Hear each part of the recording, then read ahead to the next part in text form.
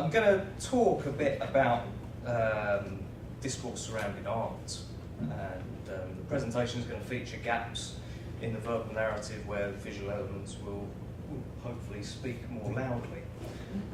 So the title of the piece is Crazy, Stupid, Talking Painting. It's made up of over 1,000 different images.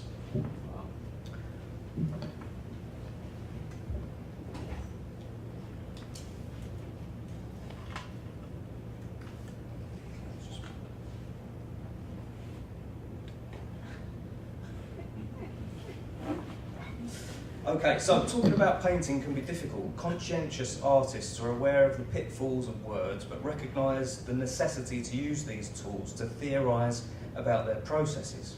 For example, Francis Bacon stated you could only talk around painting, and the German artist Gerhard Richter described how by conveying a thing through the medium of language, you change it, you construct qualities that can be said, and you leave out the ones that can't be said. Richter highlights the disparity between the map and the territory here. It seems that in the artist's scepticism, or wisdom, there is an inherent understanding of what Korzybski would have called a confusion of orders of abstraction, as well as a sense of consciousness of abstraction. And in fact, Richter's comment resonates with the definition of consciousness of abstraction in Science and Sanity, which states the purpose of remembering the is not, and that some characteristics have been left out. Painting is an endeavour that involves abstraction from reality, but artists and critics and audiences often find it necessary to assert binary distinctions like that between representational approaches to painting and abstract approaches. This tendency is deep-rooted in 20th century modern art. In Oliver Bloodstein's 1943 paper, General Semantics and Modern Art, Bloodstein analyses the difficulties the observer can have in evaluation of modern art. This is mainly caused when confronted by the newness of abstraction, when evaluations are tuned to a representational channel. To put this another way, those who have adverse semantic reactions when confronted with works that are non-representational have outdated tools for evaluation. Therefore, they feel a bit alienated from the semantic environment. So we could literally say that they lack consciousness of abstraction. Bloodstein finds this curious as he notes the positive potentials of painting as a more direct semantic code. He states, in many ways, the symbols used in painting are less arbitrary, more direct than the symbols of language. Bloodstein notes that the symbolic structure of painting should actually be freer from insidious semantic reactions related to linguistic structures. This should be even more so with modern art, which brings into awareness the structural makeup of painting, such as relationships of form, colour, flatness, picture plane. Bloodstein continues, older painters had tended to identify the paintings with the objects painted and to assume that these objects constituted reality. But the moderns based their art on consciousness of abstracting, emphasising the to-me character of the process. As a result of this, the audiences that encountered these modern paintings for the first time found that they had nothing to hook the images onto, and no coordinates on the map. For many of the audiences, this was seen as an abrupt antisocial action which created what we could call a rupture in the semantic environment. For me, it's the presence of this kind of rupture that indicates a powerful creative statement is at hand, and this is possibly one of the key functioning characteristics of an effective work of art. It can make you uncomfortable with the way that you think. So Neil Postman's term semantic environment is of great use. It conjures up images of a space rich with transmissions. It's suggestive of the organic nature of human-made communications environments. Instead of the world of rigid little boxes, we're reminded of Foucault's statement that society not only continues to exist by transmission, by communication, but it may also be said to exist in transmission, in communication. To analyse these transmissions effectively, we need to be aware of the ingredients of such environments, as they are always multifaceted. Postman describes a semantic environment includes, first of all, people, second, their purposes, third, the general rules of the discourse by which such purposes are usually achieved, and fourth, the particular talk actually being used in the situation. When confronted with abstract painting, purposes were brought into question. General rules of discourse around painting were dissolved by these strange objects which few people knew how to evaluate. Ruptures were caused in the semantic environment because art is made up of its discourse. The talk around an art object gives it its oxygen. As the American philosopher Arthur Danto explains, it's the role of artistic theories, these days as always, to make the art world and art possible. It would, I should think, never have occurred to the cave painters of Lascaux that they were producing art on those walls. So the art object is given its buoyancy by the discourse engulfing it. With modern art's audacity and strangeness, a tear in the fabric of the semantic environment occurred which required a recalibration and retransformation of our reactions. This reaction can be similar to a shock, but we should be careful to differentiate between the notion of producing shock and a rupture.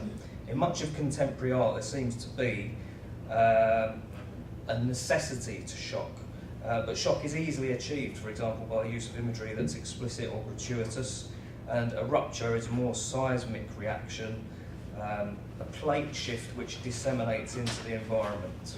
A rupture can be more of a catalyst. It sets in motion a positive recalibration of the semantic environment. Shock can be assimilated and absorbed, and we can become inured to such tactics.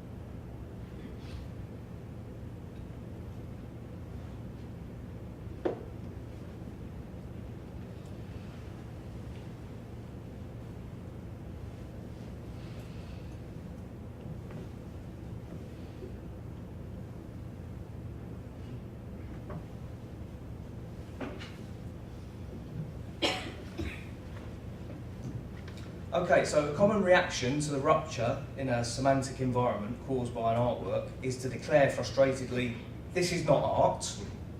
I'm sure we've all done that at some point. Some of you might be doing it now. But one of the most stunning examples I've witnessed of such a rupture was at the Guggenheim. It was the last time I was in New York. The sculptor Doris Salcedo had a show there. Her practice often involves installations and sculptures that use found objects to articulate resonant memories. One work in particular, called Unland, Audible in the Mouth, is made of a fusion of two old wooden tables which look as if covered with a thin layer of dust or cobwebs. Into the gallery came a gentleman around 60 who stopped as soon as he beheld the tables, and his face grew red with anger. And he turned to the gallery attendant and bellowed in a strong Teutonic accent, "You call this art? A couple of dusty old tables? This is not art!" And then at this, he stomped out of the room, leaving the poor gallery attendant with a look on his face that said, "I don't get paid enough for this." If our critic had taken a few steps closer to Salcedo's work, he would have noticed that the dusty old tables were in fact covered in thousands of hand-sewn strands of silk and human hair, which gave the tables its dusty veneer. If he had been non-Aristotelian, he may have noticed that by proclaiming "this is not art," he was over-identifying the phenomena of the table with his preconceived ideas about what art should be. In Postman's terms, he was defeated himself by the way he spoke. Anyway, this is all wishful thinking on our behalf, and we can only hope that the critic went straight to the exit and not into the next room, in which he would have found an installation comprising a variety of wardrobes full to the brim with cement. I include this anecdote as an example of the harmful semantic reaction, and it's also an example of how the Aristotelian orientation of the gentleman's thinking, based on the "this is art, this is not art" binary, led to a negative response rather than a more open dialogue with his environment. So this semantic environment of the art world has long had Aristotelian evaluations. Art historian Alana Jelinek explores this binary tendency in her 2013 book "This Is Not Art," where she devotes a chapter to what has been referred to as the art-life dichotomy during the mid to late 20th century. Her analysis focuses on the notion of art that engages with life and is community-driven, and art for art's sake, which becomes associated with abstract art and is commodity-driven. Jelinek writes, "We have uncritically accepted a binary model as part of our inheritance. Greenberg casts a long shadow. Historical truths are inherently contestable, but history is always more complex than a binary model describes. Binary models are outdated and based on misevaluations, but despite this, still prevalent in our dialogues about art. The shadow caster mentioned, American critic Clement Greenberg, was responsible for championing abstract painting and art for art's sake.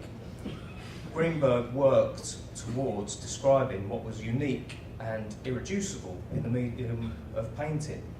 This, he stated, was its flatness and delimitation of flatness, making paintings primarily objects. But Greenberg's theory could not account for a number of artists who did not fit this schema. It also did not engage other theories about modernist painting, like Harold Rosenberg's theories about action painting. And another slightly reductive element in Greenberg's analysis is the notion of modern art being insular. In a talk entitled "Antinomies of Modern Art," given in 1980, Greenberg states, "Art can be discussed illuminatingly all by itself, as though taking place in an area of experience that's autonomous, a place that doesn't have to be connected with any other area of experience in order to have sense made of it." For Greenberg, this inward-looking quality implies a purity and integrity. Artworks are things in themselves. It suggests a constriction of the semantic environment. Greenberg states, "The abstract picture seems to offer a narrower, more physical and less imaginative kind of experience than the illusionist picture. It appears to do so without the nouns and the transitive verbs of the language of painting." Greenberg's motives may well have been to establish a more empirical basis from which to begin the evaluation of works of art, and I feel it would be harsh to call them over-simplistic or to apply Postman's definition of crazy talk as simple-minded conceptions of a complex relationship. But with the benefit of hindsight, we can see that Greenberg's theories proved too narrow to explain or evaluate any of the movements of art that followed modernist painting, such as conceptual art, performance art, etc. It seems more fitting, therefore, that we apply Postman's diagnosis of language that cannot get outside of itself and buries itself in its own foundations to Greenberg's discussions about modernism. If Greenberg had read Postman, perhaps he would have taken a meta-semantic stance, and his evaluations would have been able to step outside of the narrow narrow contexts, flat picture planes and insularities.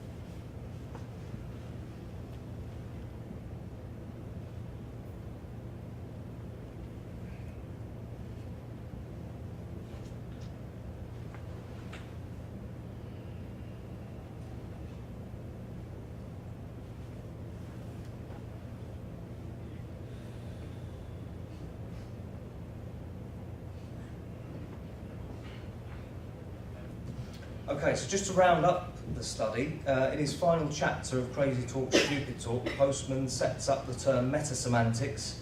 It's key for understanding his approach to the problems in the semantic environment and a basis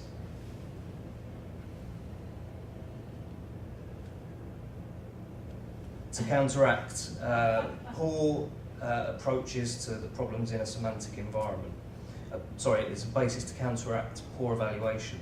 Postman describes in the following way: the fundamental strategy of meta-semantics is to put ourselves psychologically outside the context of any semantic environment so that we may see it in its entirety, or at least from multiple perspectives. The idea of viewing something from multiple perspectives immediately conjures up ideas of cubist painting. In fact, it seems that what is explained is a kind of cubist consciousness, a simultaneous awareness of different viewpoints enfolded into a participant and participant-observer. Postman claims willing suspension of belief and a heightening of interest in the process of communication comes about by this kind of shift. Meta-semantic approaches provoke questions about the whys and hows of communication. Through considering the whys and hows, we begin to disentangle ourselves from context and see things through a multifaceted lens. I believe that there's something analogous to this meta-semantic experiencing, and it can be found in David Bohm's definition of the term suspension. In his book on dialogue, A Course in Deep Listening and More Effective Communication, there is a chapter entitled Suspension, the Body and Proprioception, in which Bohm explains, in the process of suspension, you may notice two things. First, that physical reactions being produced by thought, and therefore are not as significant as they would be if they were not being produced by thought. Second, you can get direct evidence that the thoughts are affecting the feelings, and the feelings are affecting the thoughts without passing through me. Suspension allows us to feel ourselves as this conduit through which these fleeting reactions occur. Causes are recognised, transmissions observed. Suspension is about being both participant and observer, holding reactions in abeyance. Bohm calls for an observation of thought as something essential for solving problems created by mankind. Suspension is a step towards this, and this imagery that you've seen in the film has been an attempt to visualise such a process. Our relationship with art could or should make us practice this kind of suspension. So next time you're in the presence of an artwork, remember our friend at the Guggenheim Museum, who by now has probably had an aneurysm. And before you find yourself thinking, this is not art, remember your meta-semantics. Thank you.